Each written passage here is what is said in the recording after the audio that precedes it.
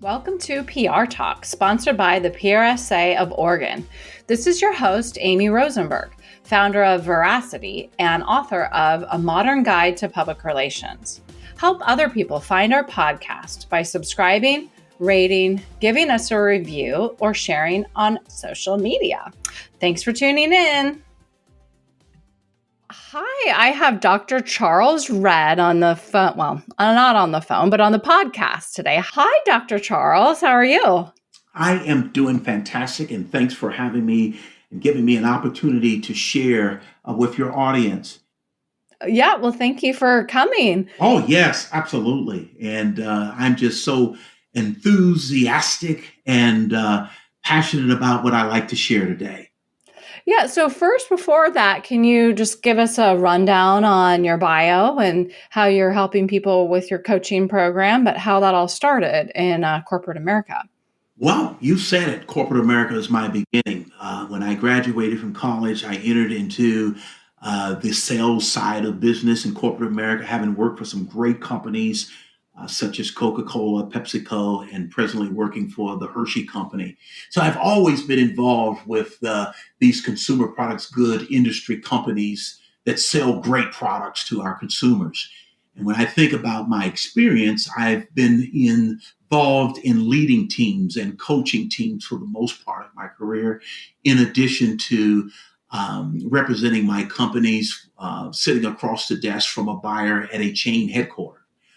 In addition to that, working in HR under the umbrella of sales and training development, having the opportunity to teach other salespeople to become better sales consultants.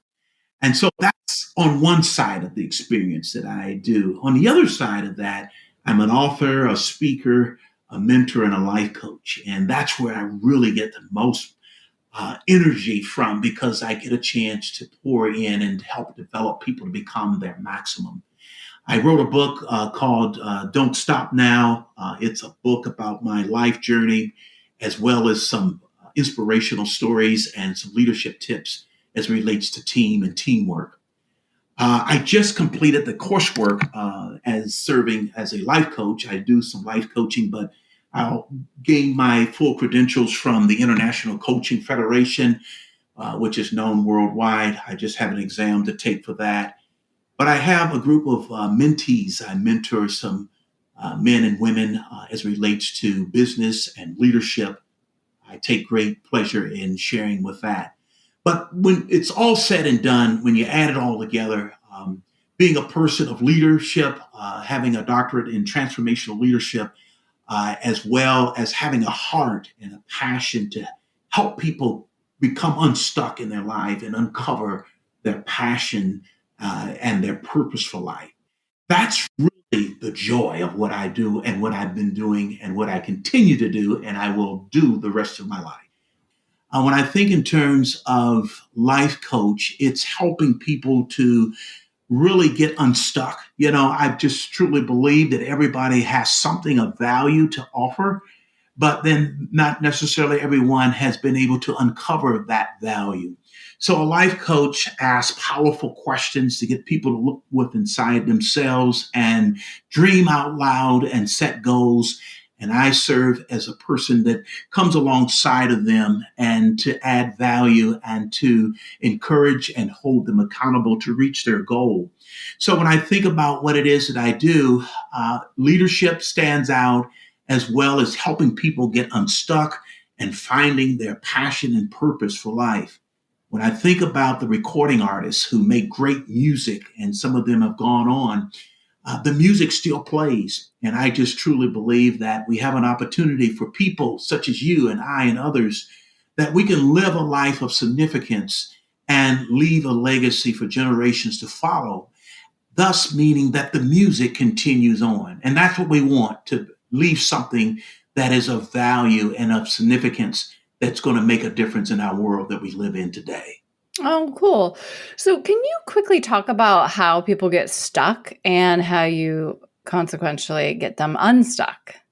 Yeah, when you think about people getting stuck, you know, as the saying goes, being a jack of all trades and a master of none. Sometimes we have so much on our plate, so many things that we could be doing. And when you think about life and you think about the value that we all have, I think we uniquely have something that we can give back to the world. And we generally find out what that is through our family, sometimes our friends and coworkers. They may notice something about us that's uniquely different or something that we do very well. And when we identify with that, that there lies a clue as to what our purpose and what our calling could be.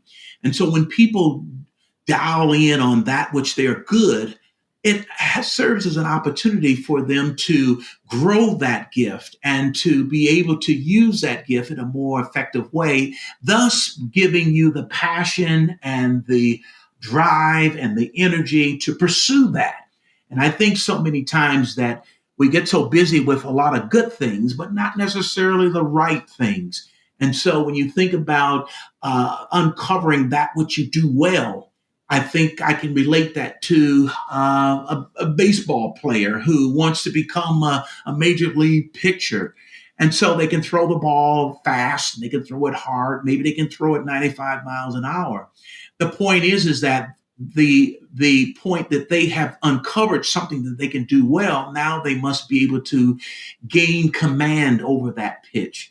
And then the scouts take notice of it. They say, wow, this person can throw, and they can locate it. So now let's teach them some secondary pitches that they can learn.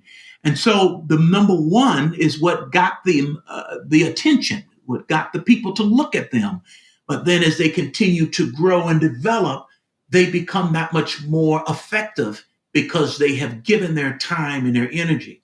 So I ask people and I encourage people and motivate people to find that number one. What is it that you do well that comes somewhat easy for you? And let's give that more attention. Let's give that more energy. And before you know it, you'll be doing something that you really enjoy. As someone said, that you would do it for free, but because you do it so well, people will seek you out and they'll pay you to do the very thing for them to help them along the way. And do you ever take that approach to helping teams figure out what they should be doing and what they're actually good at? Because you have a lot of leadership experience, especially at the former companies you mentioned. And so I'm sure in that experience, you are looking at taking strengths of various team members or a team in general and pivoting with that. I don't know if you can talk about that. Absolutely, I can, because, when I think about leadership and back in the earlier times in my experience in corporate America, it kind of reminded me of the game we used to play as children, and that was called King of the Hill. And King of the Hills, the objective was to get to the very top and knock everybody off, and then get to the top and raise your hand as the victor, celebrating that you knocked everybody else off and you made it. Well, things have changed, and the real smart and wise leaders today, they understand that you need everyone to make it to the top. And the key to building stronger and bigger and successful teams is really being able to have an eye for talent and asking questions to understand the teammates, what it is that they have that they do well, what it is that they have that they can contribute to the overall team goal and vision of the leader. And when you're able to do that, people gravitate to those things. The leader understands what the strength of that particular person brings to the team, and they allow the person to use their creative skills and to contribute in a way that is bringing value to the whole team. And then they're able to work together and to achieve together and to arrive together at the goal, celebrating together, versus the analogy I just gave as being king of the hill all by yourself and leaving everyone else behind. Well, I'm sure it's a lot more rewarding that way when you have a team to celebrate with. Not only that, it's rewarding and it's that much more impactful and far reaching. There's only so many hours in a day. I can remember being a young manager in my career, and I felt that everything had to come through me, as the expression would go. It's my way or the highway. And if anybody's going to be steering this car down life's highway, I'm going to be at the wheel and I will get us to where we're going.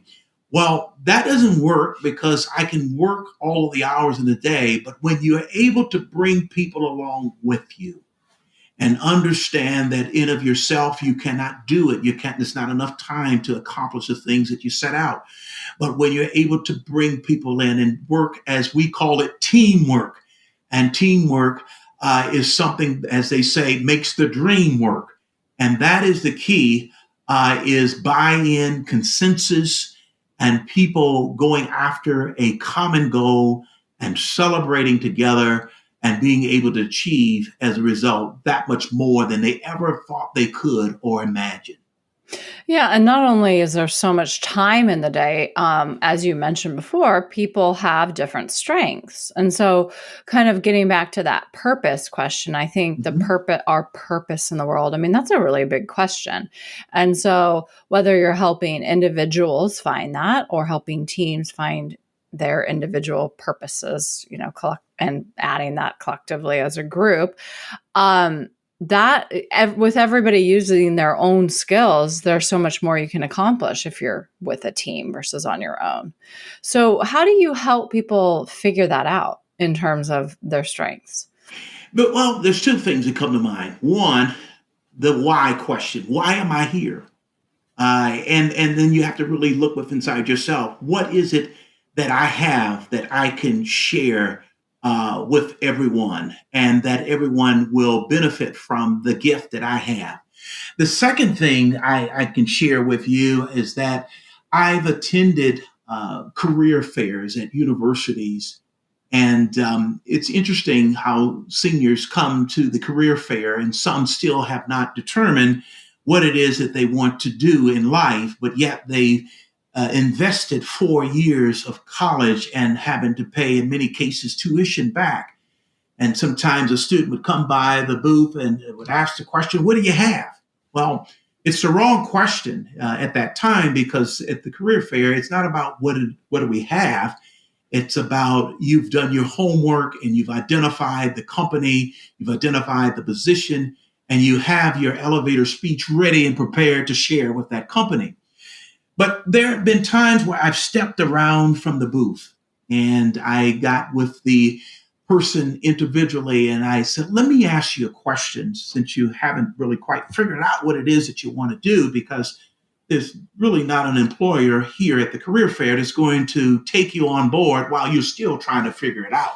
But let me help you figure that out. And this may lie in the area of your purpose and what it is that you're passionate about." So I pose to them a question that goes like this: If every profession, whether it's a teacher, lawyer, doctor, whatever it might be, every profession pays $10 an hour. That's all. It doesn't matter which one you choose, they pay $10 an hour. Well, which one would you gravitate to? And they pause for a few seconds and they identify an area. I said, "Well, there lies a clue as to what your passion, where it may lie, and what your purpose is in life. And that will help you be able to come across to an employer with the passion and with the insights.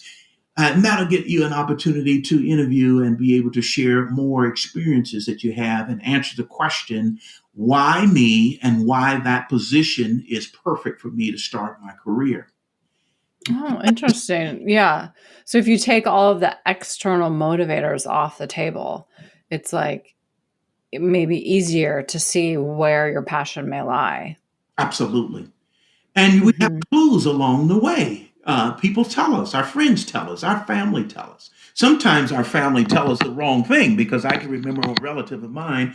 His parents wanted him to be a lawyer, an attorney, and he was following his parents' advice. He went to law school. He passed and he got his JD. But when it came time to take the bar exam, he couldn't pass the bar exam. And after 3 or 4 times of trying to pass, he gave up on that whole career of becoming an attorney. And he ended up doing something totally different. That was something that he loved to do. So sometimes we could be doing a good thing, but not necessarily the right thing for us as individuals and what we were put on earth to do. Yeah, and I think that's what's so confusing about the whole purpose, conversation, because you do hear that a lot, Mhm. oh, find your purpose. What's your purpose? It's like, well, if you're not going to go into something like, saving the planet or helping kids or working for a nonprofit or even being a hotshot lawyer that eventually, possibly, hopefully helps people, then what do you do? Because I think in the past, our minds, as children or as young people would go to those kind of big ideas as saving the planet as my purpose. But what if you're just not set out for that? How do you kind of bring it back down to a career like public relations, where it's more than just promoting companies. It's about communications and connection and creativity with being a writer and all of that. How do you bring that down a level? I think back on my own life, and I think in stages, you uncover the layers of things that you have within you, and you come to realize what it is that you truly are good at, that you're passionate about. I can recall being a child and being interested in being a history teacher, and inviting kids over to my home and bribing them with candy bars to come if they would just listen That's so to me. cute. And that was pretty neat. And so it was there in me that I enjoyed teaching and explaining to people. But that's not where I started my career. I started my career as a sales representative for General Foods Company selling Maxwell House coffee. But I realized that that was something that was in sales. It wasn't necessarily teaching. But then it came full circle because then I had the opportunity to eventually get into teaching, and I was able to teach at the university level as an adjunct professor.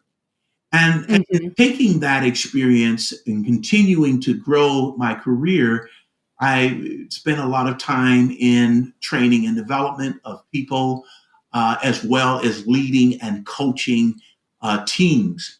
And so the things that we do in life, they add up to the bigger picture. And sometimes we get that aha moment that, wow, I look back over the last 10 or 15 years of my life and I can see how I've accumulated experiences. And so now what I'm going to do with this, I'm going to start a company, I'm going to start a business, I'm going to focus on the very thing that I really enjoy. I think about John Maxwell, one of my mentor in leadership, and he uses the expression that he says, "You either get to go to work or you got to go to work." And when you find that place where I get to go, Hmm. really excited about it in the morning, and I bounce up, and I'm always constantly having a notebook pad alongside of me, or putting in some notes or things that I've come across in terms of suggestions. That's a difference when you gotta go, wow, what time is it? I've got another 2 hours and I get off from work. Or, boy, how many more days we have before payday? And so the mindset Hmm. comes natural. Yeah, and you can take that approach to any quote unquote job, which Mhm. is probably what you did when you were working in sales. And that's how you were able to grow and eventually lead sales teams for major companies. It's because it's not just a job, right? You're doing this active sales, that's one thing, but then you're adding more to it, which is the coaching and training of the team and, explaining what you've learned along the way. And we can do that in PR in our industry as well. Mhm, It's mhm. more than just promoting a company. It's, you know, and it's there's so much to our job that everybody could find different things that they're good at, and that could be a wonderful team in the making. It could be research, somebody who is very inquisitive. It could be a connector, somebody who really wants to connect different people together, which is huge in PR. Or, writing, of course, is another biggie. But it doesn't just have to be the stereotypical. It could be the numbers person or the analyst or the researcher. And so I think PR leaders have a hard time discovering where their talent lies and how to draw all those different things out? I don't know if you have any advice for PR leaders in that You know, realm. I think in terms of once you've identified your strength, you play to your strength and become an expert at it, what it is that you do good. I look at the athletes who dedicate themselves to that particular sport, whether it's golf or football or tennis, whatever it might be, but they put the time in, and the time may be 12-hour days where they're dedicating their time and their effort to learn and to grow. And what eventually happens is that they become so good at it and they love to do it, then they're noticed. And when you're noticed, you're able to have some influence and some impact. And when you get that, not only that, you've taken what you have and made the best of it, but you also put yourself in position, whether it's financial or having some influence, where you can open up other doors where you dreamed out loud in terms of other things that you could do. So when you think about where you're sitting at today and you think about what it is that you have going on for you that works well for you, I recommend giving it your all and then allowing that to grow and then adding on the other components.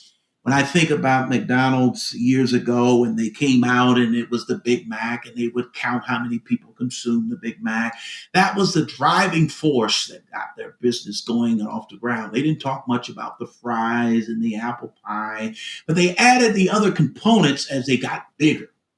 So at Mm-hmm. the end of the day, what is it that will make things bigger and that we dedicate ourselves to such a point that we become, for a lack of word, we become a slave to our gift. Mm-hmm. Yeah. And you can't let it go. Yeah. Um, And so I've been looking through your work because you have a podcast called Dr. Charles Speaks and looking at other things you've been doing. And you have also talked about the concept of servant leadership. And I want to talk about Mhm. that today because at the end of the day, PR people we serve. We are in a Yes. servant industry, Hmm. especially if we work for a firm like my firm, an agency. Yes. And most PR people are in a firm. So our job, we actually have two people to serve. We have our clients, number one, and we have the media, number two. And actually, number three, maybe first and foremost, we should be serving our teams as well. So can you just talk about what it means to be a servant leader and how to maximize that and grow with that? Absolutely. I really believe in that. Servanthood leadership is really all about not so much what I get out of it, but what it is that I can give. And in giving, we really grow ourselves and we grow others. I have been connecting with people all across the country here in the last year, and particularly people like minded folks such as yourself with the different experiences. And I say to them, I'm not here to sell you anything. What I'm here to do is to share with you some experiences that I have and to complement you by adding value to you. Now, what I'm going to get out of this, if all goes well and you feel that I'm adding value, is that I equate it to uh, going to your favorite restaurant. And when you go to your favorite restaurant, you go there because you get great service, great food. But what do you do with that information? You go and you tell people and you say, you've got to go to this restaurant. Great service, great food. Well, as a servant leader, I'm providing value and I'm providing a service. And what I get out of it in serving others is the reputation where people are going and sharing the great experience that they're having or they had with that particular leader. And as a result, I get more business than I can imagine because of my attitude of giving versus trying to receive something immediately. I'm Mm-hmm. giving something. And when you give something, something always comes back. Not necessarily from the direct person that you give to, But the fact that the endorsement or the recommendation goes forward, then your name and your reputation goes before you even get there because people have heard of you. Now, on the flip Mhm. side of that, if you've had a bad experience using that restaurant analogy, then that person is going to tell at least 10 people, and that person is going to tell another 10 people, and then the experience is not a positive one, and it could certainly hurt. So Mhm. the PR business and you think about what it is that you're doing, you're adding value to pour into people that they learn from it, grow from it, and as a result, you both grow and learn from the experience. So servant Mhm. leadership is about a collective of experiences and working together and supporting one another and arriving and celebrating the success that both can have as being a servant leader. hmm Yeah. So as you were talking about going to a restaurant, I was envisioning. So for what we do, we could envision the same scenario as looking at the inside of a newsroom. So as PR people, we're pitching, right? We send out Yes, press releases and pitches to media members. Well, what if we took a different approach and we didn't try and pitch things that would help us or our clients, but we send things to the press that help the press. We follow who we like, we follow what they're writing about, and we give them story ideas that don't help us at all. Now, that early on in my career, I learned that that was kind of the number one or best one of the best ways to build relationships in the media. And I didn't even know of the term servant leadership, but I think that that is a good example of servant leadership. absolutely. Leading from the front is the key. And like I said, the whole goal and aim is that everyone can be successful when you allow the folks that work with you and around you and for you to have a part in the process of reaching the goal. And you'll find that there's more energy from those that give because they are doing something that they really feel passionate about, that they find as a strong suit to be a contributor in a positive way that is making a difference.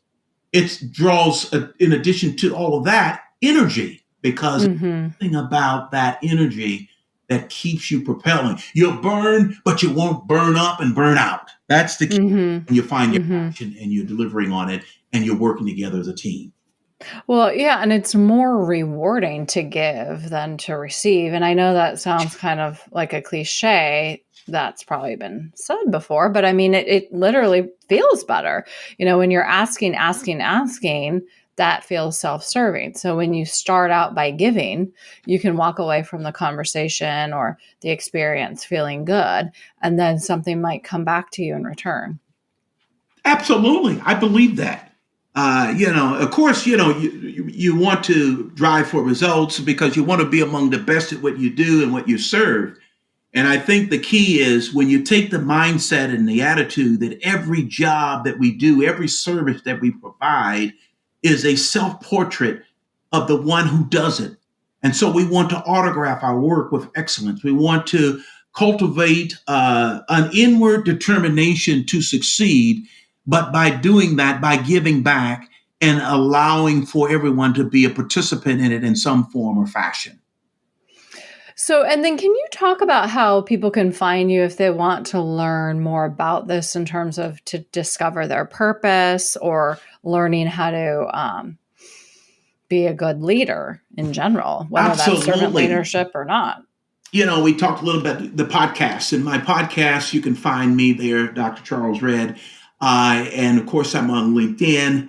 And my website is drcharlesred.com. And red is spelled with two D's, REDD. But my podcast, it deals and talks about leadership, teamwork, passion, purpose. Its intent is to motivate and inspire folks to really stay on optimism and positivity and to learn and to grow each other and realize that we can all continue to grow and better ourselves. And not only that, we can also be able to help others along the way at the same time. Yeah. And it looks like you might have a couple other programs. I'm not sure if they're in development or if you have them live yet, but it looks like you've got the Red Line on Monday morning and Yes. Time to Teach. What are those? Yes. So the Red Line is a piggyback on the podcast, and it's a live, but more or less like a team conference call, and picking out a particular topic for that particular morning. The Red Line, here's what's important. Let's go out today and focus on this particular area. The Time to Teach, this is an organization, Time to Teach, that I have linked up with, and their intent is to help school teachers to become that much more effective in their time and their teaching, and how to deal with students who perhaps are disruptive in the class, where the teacher has to stop teaching and deal with that particular situation. So in Time to Teach, we give them some tips and some training as to how to deal with the student who is not being studious and being a disruptor in class, and how to get them back on working together in the classroom, so that you're not spending all your energies putting out fires or trying to get people to do their work, but to get people in line. So I'm interested in that. And so I have the opportunity to not teach, but to train and get involved with school systems and programs to help teachers, that is, to be that much more effective inside of their classrooms. Oh, well, thank you. That's probably very helpful to all parents as well, because that's also important. So, was there anything I didn't ask that you wanted to touch on today? Well, I think we covered a lot of ground. I think when it's all said and done, what Dr. Charles is all about is really passionate about helping people uncover that which they have to give. I've often said that there's no one that needs to be envious or jealous of anyone, because there's something you and I and the rest of the world, we have that we can give. And at the end of the day, I want us all to live a life of significance. Now, are we going to fail? Absolutely. But my mentor, John Maxwell, he talks about, in failing, let's all fail forward versus becoming paralyzed, throwing in the towel, never trying ever again. But in failing forward, let's learn from it, and let's learn and live versus just simply live and learn. And so That's always beautiful. continue to grow and understand and learn from our mistakes and mistakes of others, and be that much more wiser. But never, ever give up on your dreams. Push all the way until the end. Well, thank you. Thanks for listening to the PR Talk podcast. Find Amy's book, A Modern Guide to Public Relations, plus more PR Talk episodes at prtalk.co. And remember to subscribe, rate, and review.